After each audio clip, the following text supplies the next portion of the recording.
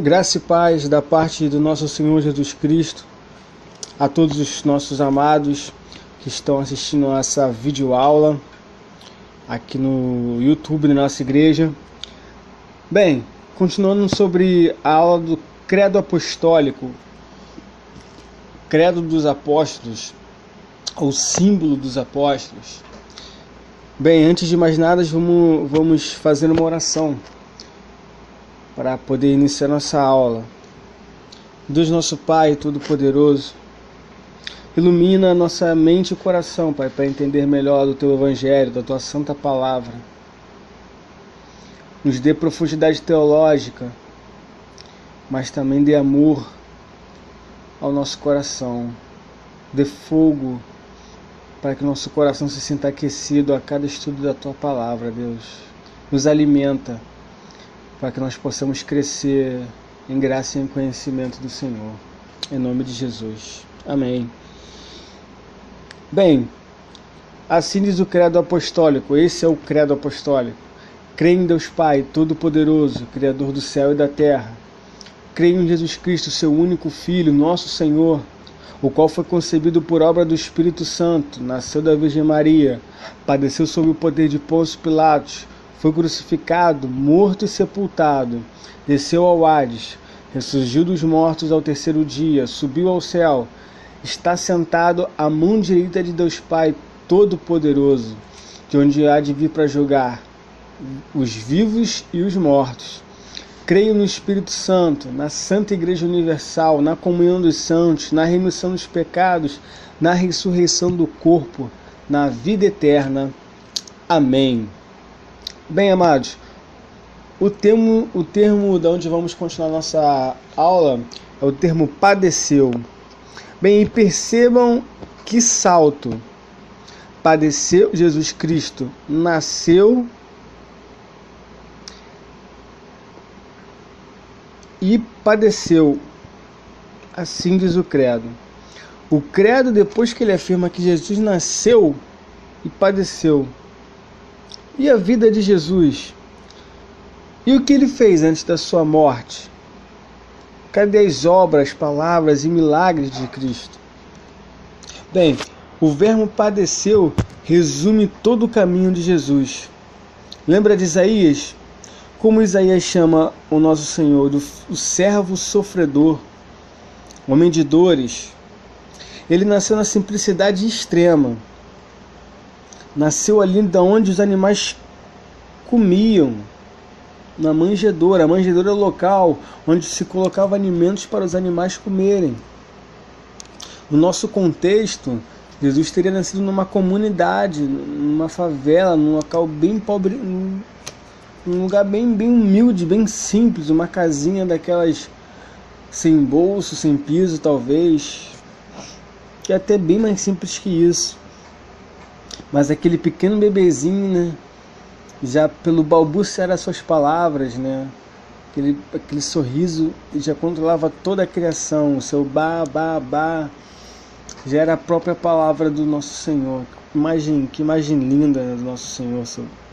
Aquele bebezinho, mas o bebezinho que já regia o universo. Bem, trabalhou duro para ganhar vida. É carpinteiro.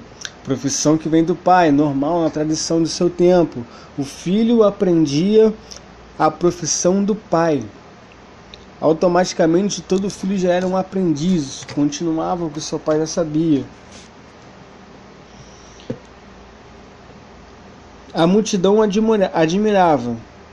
Vivia cercado de milhares, como diz no Evangelho, milhares e milhares de pessoas. Grande multidão, como descreve alguns evangelistas. Porém, ele padecia, porque os religiosos o perseguiam. Aqueles que se pensavam protetores da verdadeira fé em Deus, da fé judaica, eram seus maiores perseguidores. Essa palavra padeceu também diz algo interessante. Homem que foi abandonado pelos próprios amigos, até mesmo pelo pai. Quando Jesus está lá na cruz e diz: Deus meu, por que me desamparaste? Imagina aquele que era eterno, coeterno com o Pai e com o Espírito, consubstancial com o Pai, como diz o credo niceno-constantinopolitano. Aquele que vivia na economia da Trindade. O Pai amava o Filho amava o Pai amava o Espírito amava o Filho, eles se amavam, era uma família na eternidade. Mas naquele momento, quando ele recebe todo o nosso pecado, ele se sente desamparado pelo próprio Pai.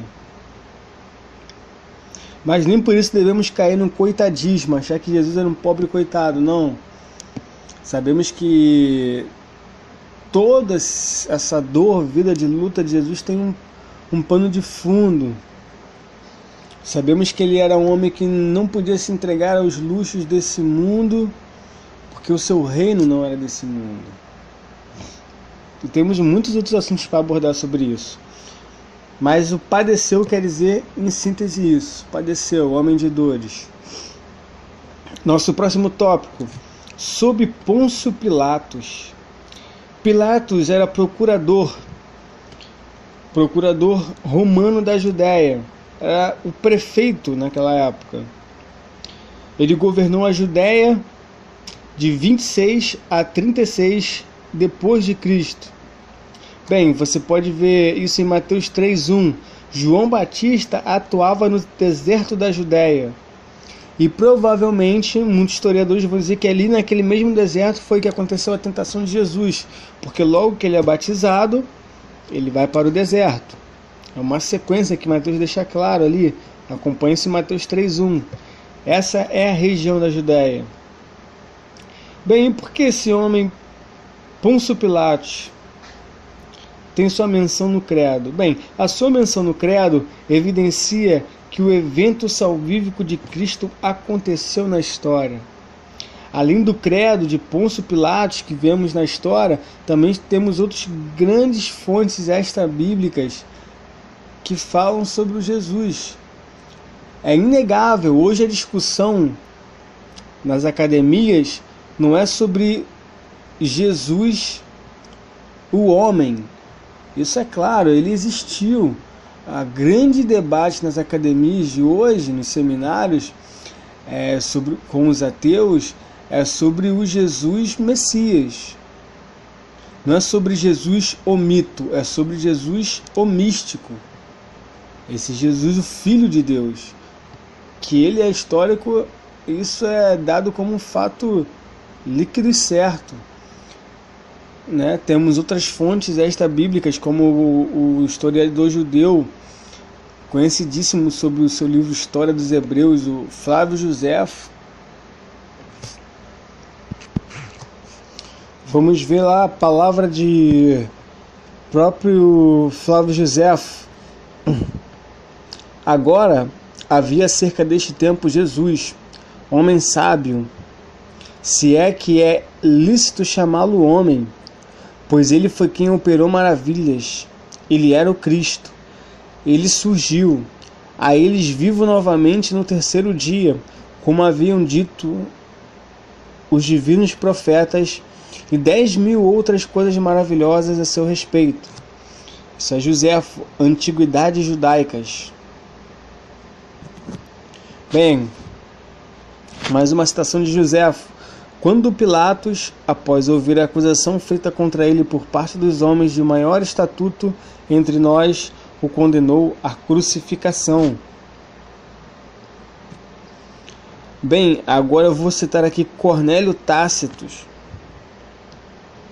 Nero atribui as culpas pelo incêndio em Roma e afligiu as torturas mais requintadas a uma classe odiada pelas suas abominações, chamados pela população de cristãos.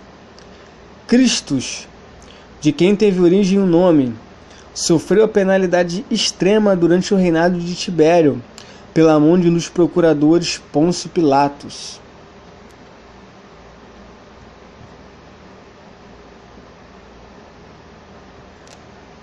Essas são fontes extra-bíblicas sobre o Senhor Jesus e a sua crucificação.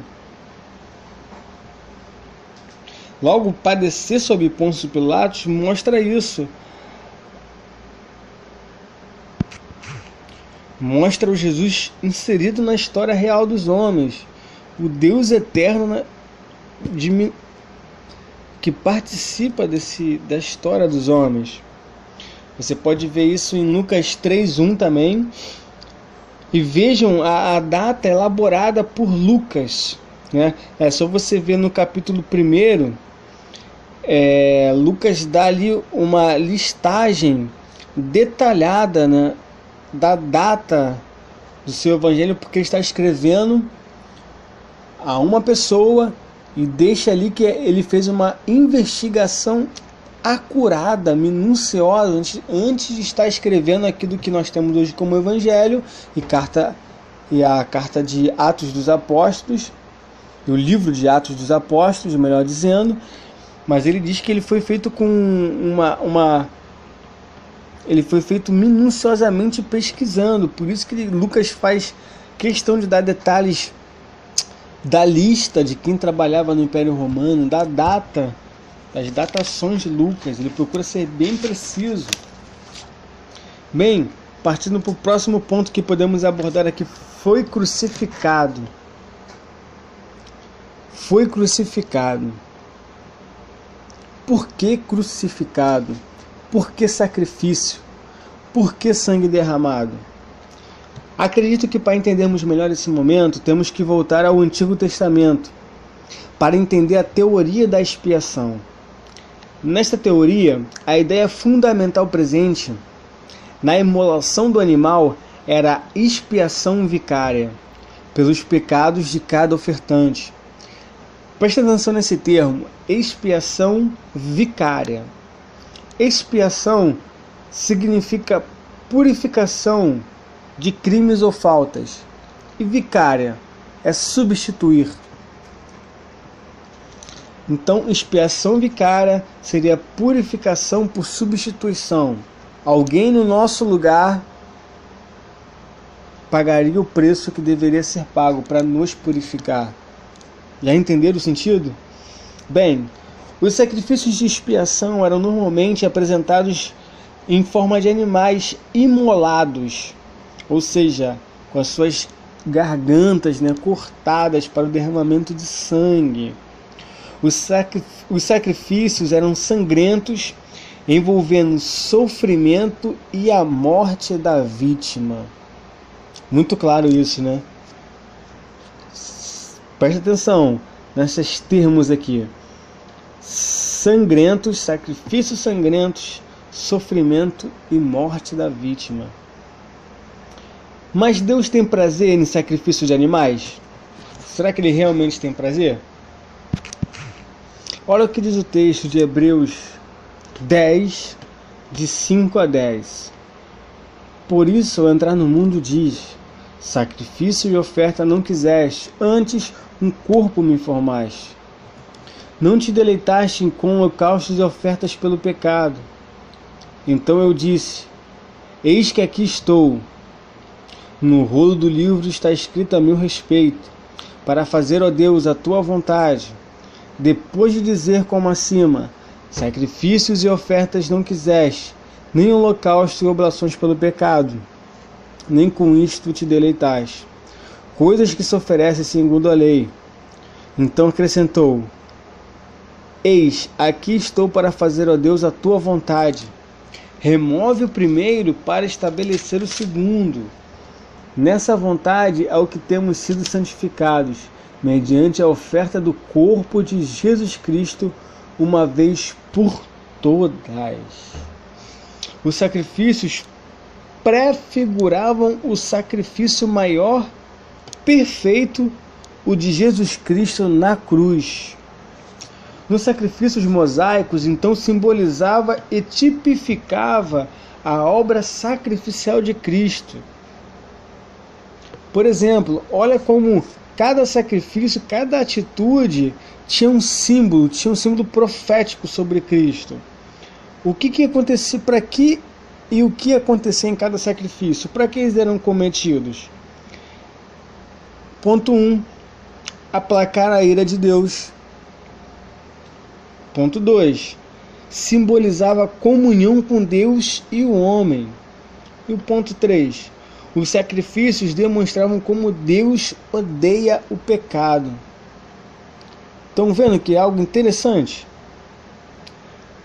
Aplacar a ira de Deus, o sacrifício de Cristo aplacou a ira de Deus sobre nossas vidas. Ele foi o cordeiro que aplacou, o sangue dele foi derramado. Agora temos comunhão com Deus, não temos? Por causa do sacrifício, ele simbolizava isso também. No livro de Levíticos nós vemos sacrifícios. E olha os detalhes que nós vemos. Imposição das mãos simbolizava a transferência do pecado. Você pode ver isso em Levítico 1:4. A aspersão do sangue para a cobertura do pecado. Você vê isso em Levítico 16, verso 27. Está vendo quantos símbolos nos remetem a Cristo? Nosso pecado estava sobre ele, por isso que ele diz: Deus meu, por que desamparaste? O peso de todas as nossas culpas e faltas. O sangue dele nos purifica, nos cobre do pecado, nos livra do pecado, melhor colocando. O sacrifício, então, era de caráter profético. Foram feitos para prefigurar os sofrimentos vicários, lembra da palavra vicário? Ou seja, sofrimentos substitutivos de Jesus e a sua morte expiatória. Expiatória é purificadora. Ou seja, quem merecia a dor éramos nós. Mas ele foi nosso cordeiro vicário, substitutivo. E a morte dele foi expiatória para a nossa purificação. Logo, fica bem claro que Cristo é o quê? João 1:29. Ele é o Cordeiro de Deus em nosso lugar. Ele tirou o pecado do mundo. Mas por isso, porque seu filho é tão surrado num sacrifício sangrento, podemos considerar Deus um assassino? Claro que não. Deus é bom. Que isso? Deus é bom. O sacrifício sanguinolento, dor, morte, e mesmo assim podemos realmente dizer que Deus é bom? Deus é bom e salva pecadores através deste sacrifício. Porque sabe qual é a causa motora da morte de Jesus Cristo? É o amor. João 3,16. Porque Deus amou o mundo de tal maneira que deu o seu Filho para que todo aquele que nele crê não pereça, mas tenha a vida eterna. A primeira motivação de Deus de dar o seu Filho nessa morte tão dura é amor. Porque Deus, olhem bem a primeira parte do versículo, porque Deus amou, deu o seu Filho. E agora o único sacrifício que temos é crer no Filho. É pura dádiva. Na cruz, então, podemos observar que ali tem uma mistura de amor e justiça. Isso é maravilhoso. Amor e justiça misturados, combinados.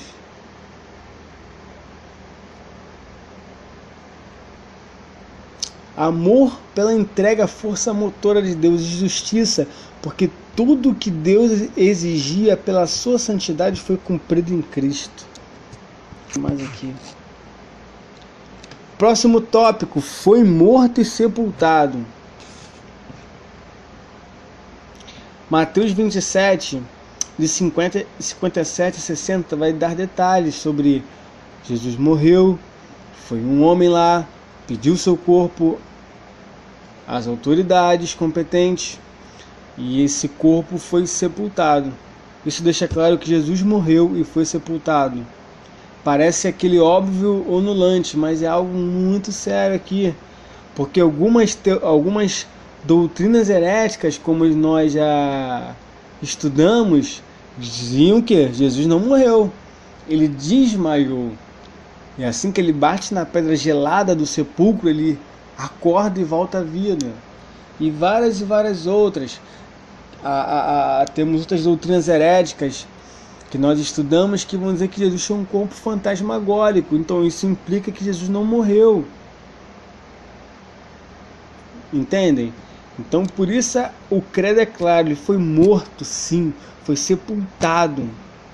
O sepultamento confirma a realidade de sua morte.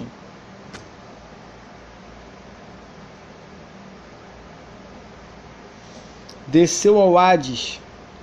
Próximo ponto.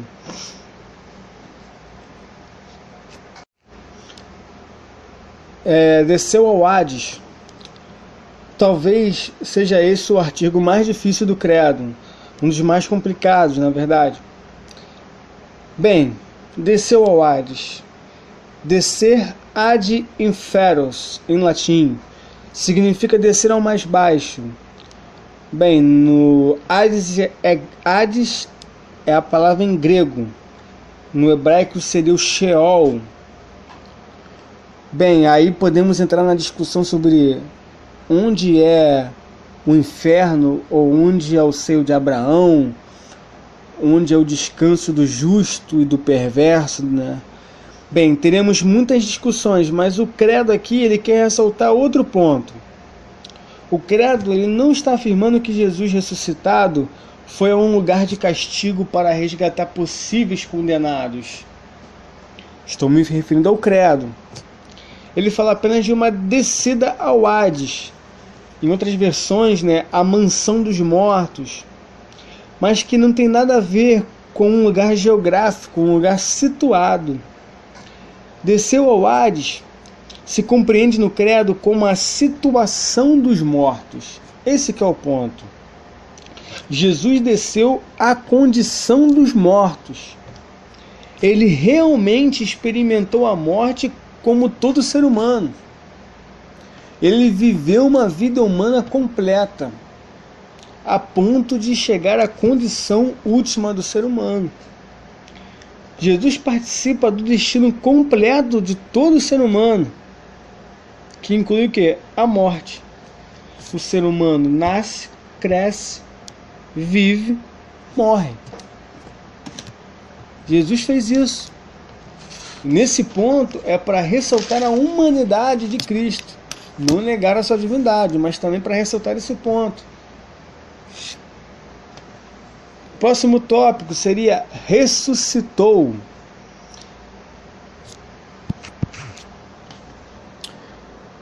Os apóstolos andaram com um ressuscitado.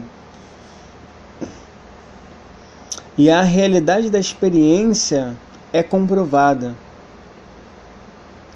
Aqueles homens fugitivos, medrosos da sexta-feira, se tornaram testemunhas destemidas, prontas para dar a vida. Esses homens que viram o ressuscitado tinham tanta convicção do que viram que se tornaram mártires.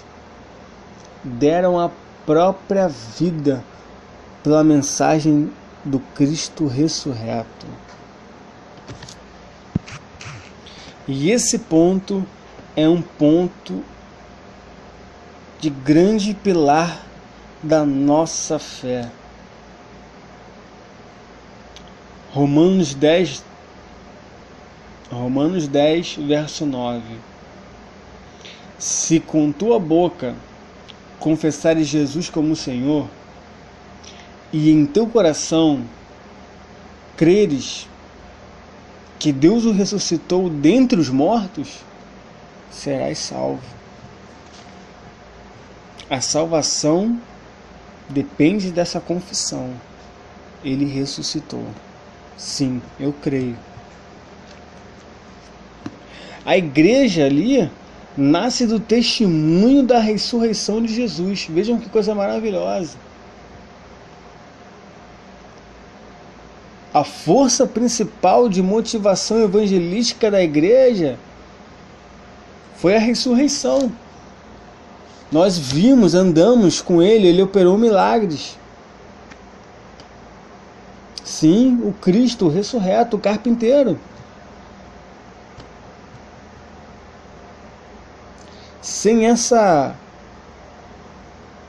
confissão principal, a nossa fé perde o foco, perde o sentido. Veja, 1 Coríntios, capítulo 15, verso 14, depois o verso 17. E se Cristo não ressuscitou, é vã a nossa pregação e vã a nossa fé. O 17. E se Cristo não ressuscitou, é vã a nossa fé, e ainda permaneceis nos vossos pecados. Lembra do tópico que trabalhamos aqui, sobre a expiação? Será que nós ainda estamos nos nossos pecados? Não, Cristo ressuscitou. Na ressurreição de Jesus, ali temos uma prefiguração da nossa identidade futura e definitiva. Cristo é uma figura da identidade futura e definitiva de todo ser humano que crê em Cristo para a ressurreição. O que eu quero dizer com isso? Ainda aí em 1 Coríntios 15, vamos no verso 20 e verso 21. Mas de fato Cristo ressuscitou entre os mortos, sendo ele as primícias dos que dormem. Ele é a primícia. Ele está prefigurando, ele é o primeiro de algo, ele já inaugurou algo que nós viveremos, os crentes.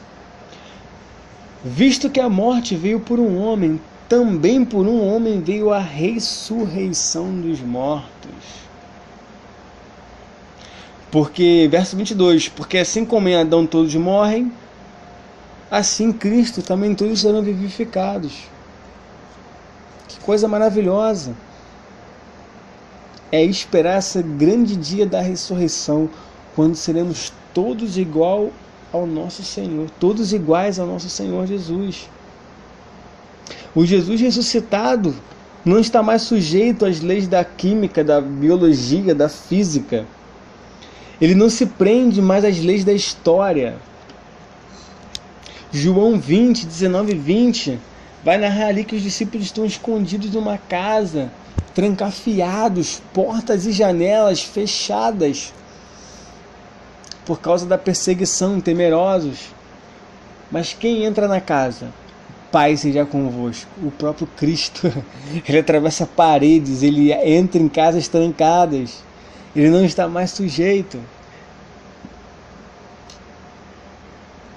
E esse é o corpo que teremos também para habitar na eternidade e na glória. Não que eu queira enfatizar que seremos como super-heróis, mas que enfim seremos como Ele é. Voltaremos a um estado que Deus sempre sonhou para o homem, de comunhão. Comunhão eterna, sem as dores.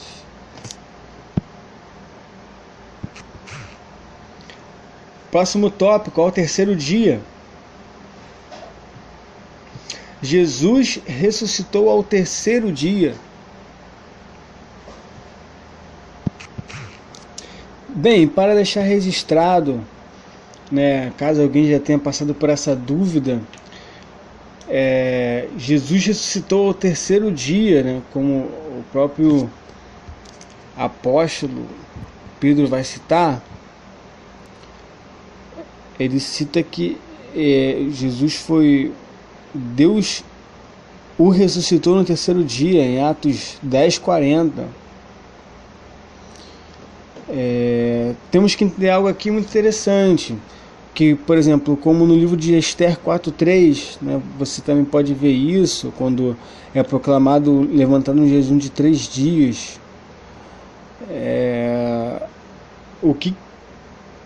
o que a Bíblia aqui pode nos ensinar sobre essa aparente contradição é o seguinte: vamos entender o que é terceiro dia para o judeu.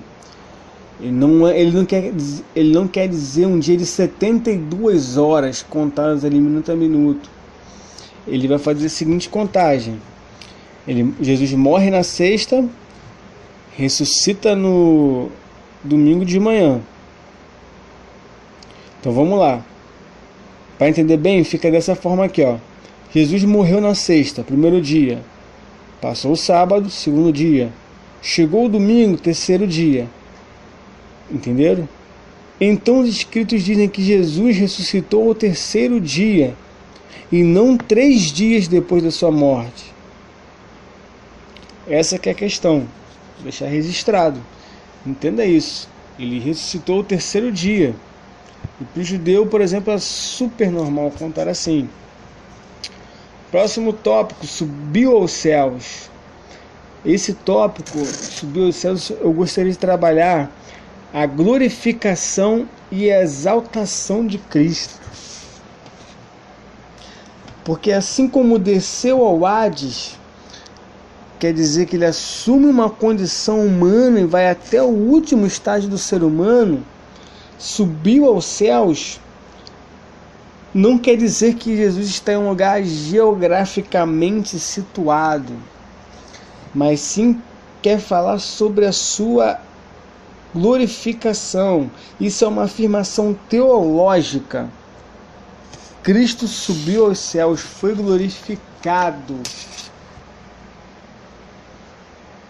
Esse termo, ele quer nos remeter, quer expressar a plenitude da comunhão de Cristo com Deus na eternidade. Subiu aos céus. Quem está no céu? Existe algum homem no céu em comunhão com Deus? Somente Cristo. Ou seja, aquele que era coeterno com o Pai desde a eternidade, agora ele volta para o Pai. Ele volta para lá. A comunhão dele é restabelecida. Ele novamente é eterno. E eternidade, irmãos, não é um tempo sem fim. Eternidade é Deus. Deus é eterno. Não tem começo e não tem fim. É a dimensão que Deus habita, por assim dizer. É o seu estágio máximo de glorificação. O Cristo, Deus homem, homem Deus, volta para lá. E olha que interessante, porque na verdade não seria possível diferenciar temporalmente, preste atenção, a ressurreição e seu estado de glorificação, definido pelo credo. Subiu aos céus, né? Subiu aos céus. Ali é algo que que está fora da compreensão humana. Assim que Jesus está ressurreto, ele já entra em seu estado de glorificação. Na Bíblia temos bem separadamente os termos. Quando acontece a ressurreição e quando acontece a ascensão, quando seus discípulos ficam olhando para o céu até a nuvem cobri-lo e ele sumir. Mas no credo não fica claro a questão da ressurreição e glorificação de Cristo. Ressuscita já glorificado. Isso é muito lindo. A sua ressurreição coincide com a sua glorificação e divinização. Né, como vemos aquela cena maravilhosa do filme do Mel Gibson sobre a crucificação de Cristo, né? Assim que ele levanta ali com as suas marcas dos pregos nas mãos, no seu corpo furado, acontece a ressurreição, glorificação e divinização do Cristo, do Jesus Cristo. Ele agora assume a vida divina ao ressuscitar. A vida divina.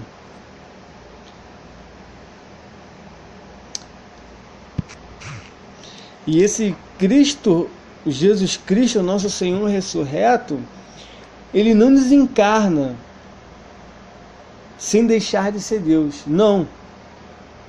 Ele ressuscita e carrega agora a nossa humanidade, irmãos.